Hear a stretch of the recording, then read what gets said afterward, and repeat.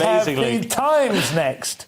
Who's doing I'm that? still Josh, stuck on the castration thing. I'm just thinking, what crimes is that appropriate for? It can be chemical. I mean, like what we do. Oh, well, that's nice. I'm a nice guy. Wears off after a year or two. You can still have kids. So, OK, so there are 3 stories here. One is police investigating multiple brand claims, and you've got Russell doing his hands in the air. This is I thought you made like Mad trading staring standards eyes. officers, multiple. Yeah, brand it's claims. this big. Awakening wonders. Yeah, and that's sort of ongoing, and I imagine it will be for a long time. We have time limit could shield armed officers from changes after revolt. You have 10% of armed officers at the moment basically going off duty and say they don't want to carry arms anymore because, rightly so, they're afraid of being sued. They're making the wrong call of being sued or after the fact. Yeah. So they're looking into ways that they could put these people at ease for the job they do. But the big one here is PR alarmed by runaway costs at HS2. Now, we have seen this before. It was meant to cost 30 billion. They said it would cost...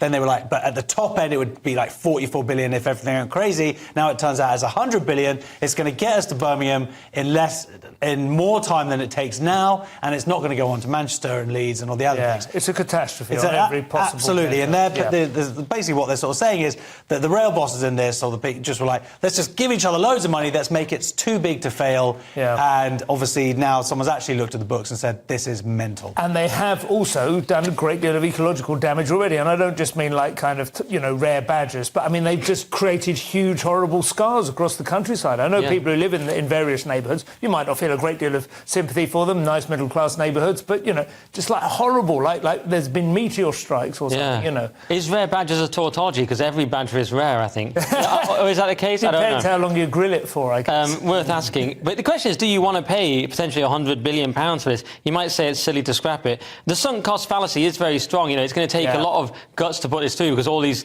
Cameron wants it, Boris wants it, Osborne wants it. Yeah. So to actually say, no, we've wasted enough on this and stop I suppose the point is it like 100 billion is sunk and there's but another 10 billion and it'll all come good? I don't think that's where we're at, is it? No, he's saying a potential future 100 billion. Though he is offering this underground rail station in Manchester to sort of, ease the... I mean, we must have said this a million times before, but the obvious thing to do is make the trains more pleasant, more functional when you're on them. If you had really reliable Wi-Fi all the way, if you just even offered free tea and coffee, throughout the length of the train rather than just in first class, that kind of thing, I think most people wouldn't mind an extra 20 minutes on a train journey if they could know that they could get some work done, that kind of thing. Yeah, and if they were, and the efficiency in being on time, and costing a reasonable amount. I mean, some people will then say, well, that's part of what the tracks are doing. They are increasing the opportunity, they're making the trains more reliable because there won't be so much engineering work. But I don't know. Feels like they've really mucked that one up